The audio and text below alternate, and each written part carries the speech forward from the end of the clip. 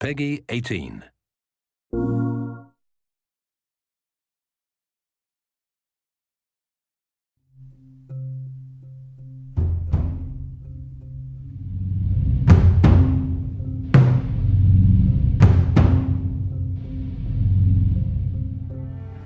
We really want to make sure that there's that contrast between the negative space and then the high tension spikes. You need the exploration, you need the scavenging, you need something to say like, okay, I'm setting a certain tone and a patina here so that then we can contrast that with some stark changes. We need the intensity to strike a different chord.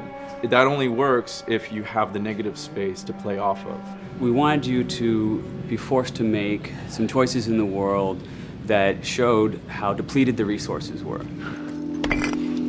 You know the drill. Look around, see if there's anything we can use. And we really wanted to give you a reason to go explore this space.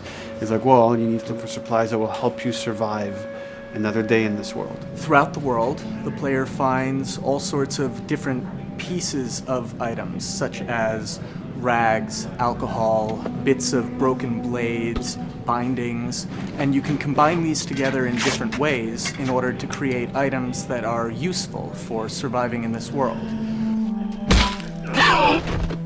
Some items in the recipes require the same combinations of things or the same types of resources. So you have to make this choice. Do I want to go offensive with it? Do I want to go defensive with it? I can find a bottle of alcohol and some rags and I can create a Molotov cocktail from it. That's going to help me take out a couple guys if I use it appropriately.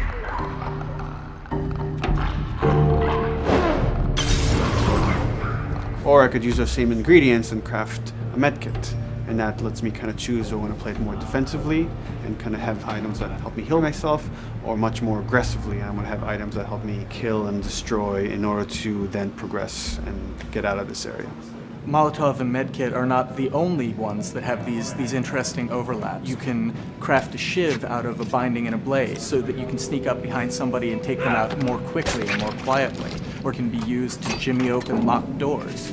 So you are expending a binding and a blade in the hopes that there's going to be something awesome on the other side of that door. Or you could craft a melee upgrade. So you might have some nails that you've picked up or a pair of scissors or something. You're going to be able to use bandages and use these things to attach them to the 2x4. So now you've got a more powerful melee weapon. This is something you're going to be able to run and take down an enemy in a single blow. Alternatively, you can use those same type of nails to make a bomb. This is something you can place in the world and they're going to be able to trigger it. Since resources are limited, you stealth past an encounter, you're not getting the stuff that was encountered. Not just the stuff off the guys that you would have taken down, but also in terms of what's in the environment for you to scavenge.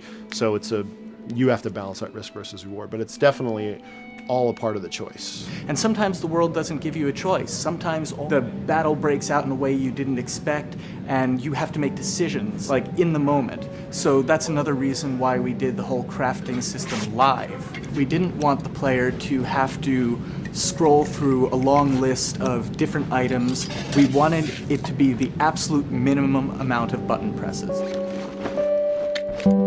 The thing that I hate about any game's UI is when it pulls you out of the game for too long. So that was a challenge to reduce it all to that half of a screen. And you want to see Joel. You want to see what's going on around him and be aware of what's happening so you don't have an infected run up on you and start beating on you when you're crafting shivs and stuff. So we needed to make it streamlined and fast enough that you felt like you could take just that moment and be able to craft that thing that's going to mean your survival in the next 30 seconds or your failure to survive.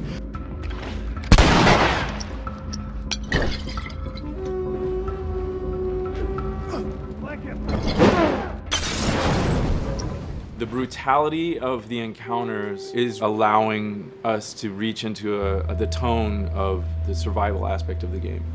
When something comes up in their way, whether it's a human or infected, then Joel and Ellie, you hear them whisper to each other and you see their animations change, everything, their whole demeanor reacts to the scenario in front of them. And that's the same feeling we want you to have when you're holding that joystick. It's just like, oh, okay, what do I have in my inventory? How many are there? Where are they at? Locate them and try to figure out, okay, what are we gonna do?